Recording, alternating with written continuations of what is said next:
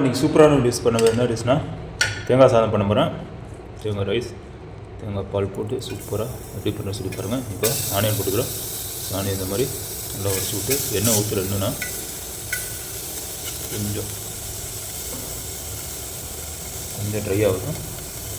ரொம்ப தண்ணி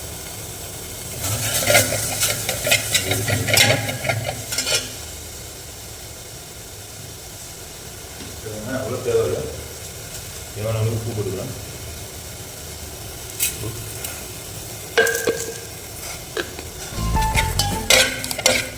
ஒரு வெங்காயம் போட்டுக்கலாம். அது சின்ன வெங்காயம். ஒரு வெங்காயம் போட்டுட்டு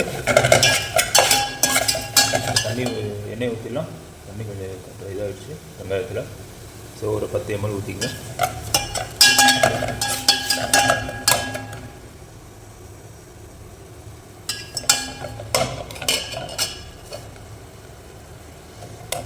ஸோ இதில் பட்டை, கிராம்பு, ஏலக்காய் எல்லாம் 1 கிராம் பேலீஃப் எல்லாம் போட்டுக்கோங்க. பட்டை, கிராம்பு, ஏலக்காய் 1 கிராம்.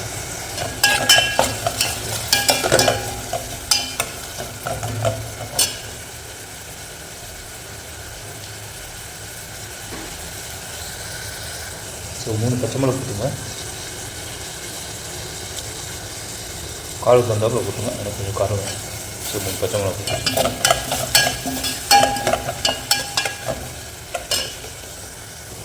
இதை பேபி இட்லி போட்டுனா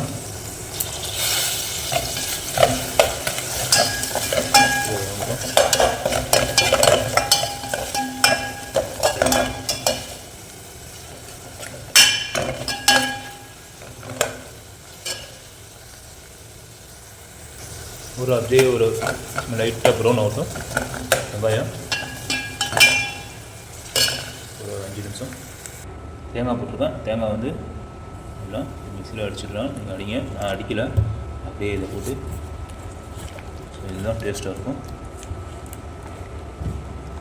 இதை அப்படியே ஊற்றி வந்துடும். ஸோ எவ்வளோ நான் ஒரு 1/2 கிலோ போட்டிருக்கேன். அதுக்கு தகுந்தாப்புல நீங்கள் தண்ணி ஊற்றி இதில் தண்ணி ஊற்றி நல்லா ஊற்றிடணும். ஸோ நல்லா இதாகிடுச்சு. ஸோ தண்ணி ஊற்றிடலாம் தான்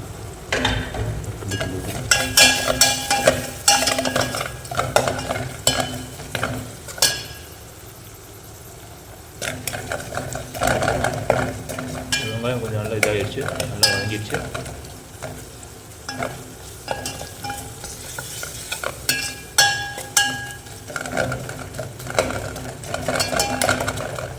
ஸோ ஜிஞ்சர் கார்லிக் பேஸ்ட் போட்டுக்கலாம் அதில் அப்படியே.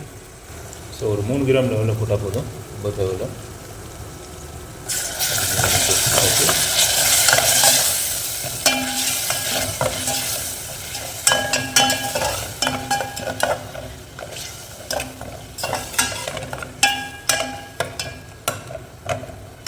இந்த மாதிரி வச்சு பார்த்துட்டு எனக்கு கமெண்ட்டில் கண்டிப்பாக தெரியும். நல்லாயிருக்கும். செம்ம டேஸ்ட்டாக இருக்கும்.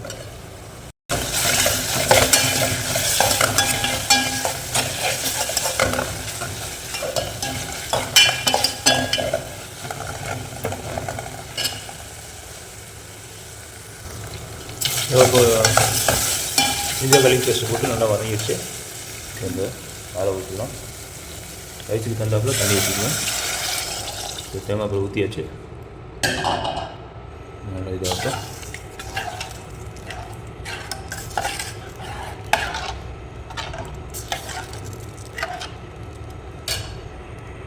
ஸோ நல்லா கொதிச்சுன்னு அப்படியே ஆட் பண்ணிடணும் தான். நீங்கள் தேங்காய் பால் கூட அதே மாதிரி ஊற்றி பண்ணிக்கலாம். நான் தேங்காய் அப்படியே போட்டுருக்கேன். எனக்கு கொஞ்சம் டேஸ்ட்டாக இருக்க மாதிரி இருக்கும் இந்த மாதிரி சாப்பிட்டா. ஸோ இன்னும் தண்ணி பத்தாதுன்னு நினைக்கிறேன். கொஞ்சம் தண்ணி ஊற்றிக்கலாம். நான் 1/2 கிலோ ரைஸ் போட்டிருக்கேன். 1 கிளாஸு 1.25 கிளாஸ் போட்டிருக்கேன். ஸோ அதுக்கு தகுந்தப்போ நான் தண்ணி ஊற்றிக்கோங்க. ஸோ நம்ம இப்போ மூடியை போட்டுறோம். கொதிக்கிட்டோம். நல்லா கொதிச்சதுக்கப்புறம் ரைஸ் ஆட் பண்ணிடுவோம் தான். ஸோ இதில் உப்பு இருக்காவும் பார்த்துக்கலாம். நீங்கள் உப்பு கொஞ்சம் கம்மியாக இருக்குது, போட்டுக்கலாம்.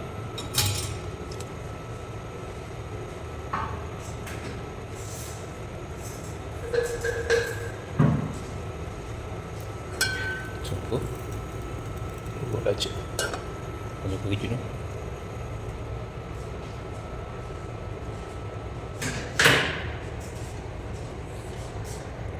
ரொம்ப ஸோ இதாகிடுச்சு.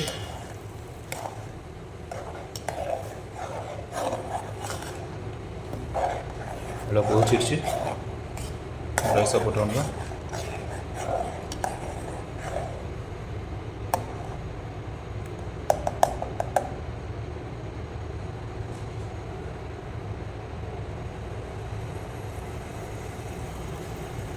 கொதிச்சுட்டு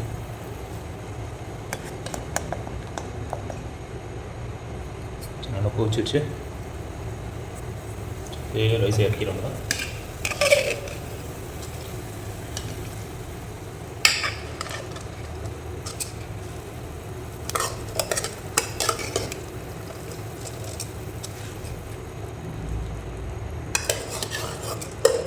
நல்லா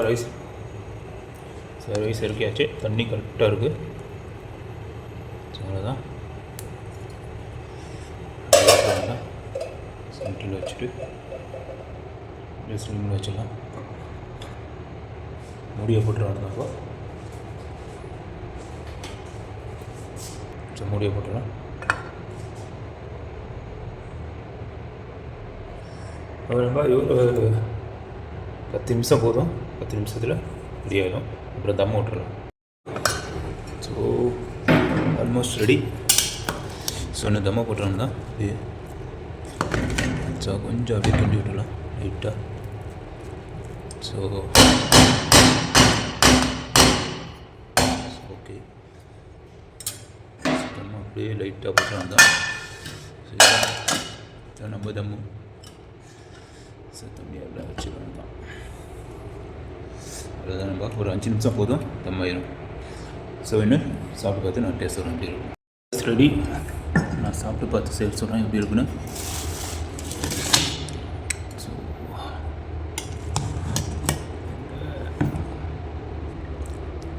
அருமையாக ஆகிடுச்சு. ரைஸும் பாருங்கள் கொஞ்சம் மட்டும் இதாகிடுச்சு. இன்னும் அருமையாக இருக்குது பார்க்குறதுக்கு.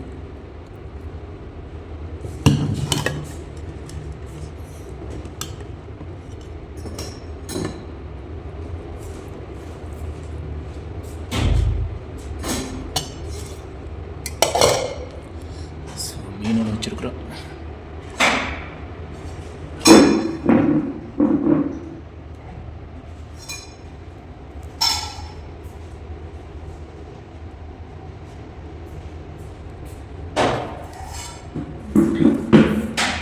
ஸோ நம்ம மீனும் மறைச்சிருக்கேன். மீனும் நல்லா ஃப்ரை போட்டு சூப்பராக ஃப்ரை பண்ணியாச்சு. ஸோ அதுவும் சாப்பிட்டு ஸோ இப்போ ரைஸ் மட்டும் சாப்பிட்டு பார்த்து சொல்கிறேன் உங்களுக்கு எப்படி இருக்குன்னு.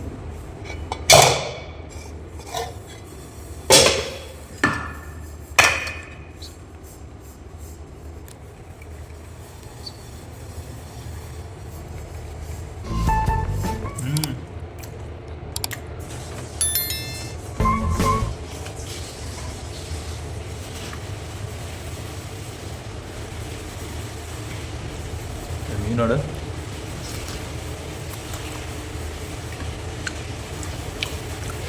செம்ம டேஸ்ட்டாக இருக்கும்பா.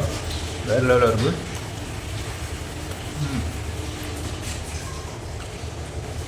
தேங்காய் நான் பால் மட்டும் ஊற்றல, சும்மா கையில் பிழிஞ்சு சும்மா ஃப்ரை பண்ண தேங்காய் தான் அது.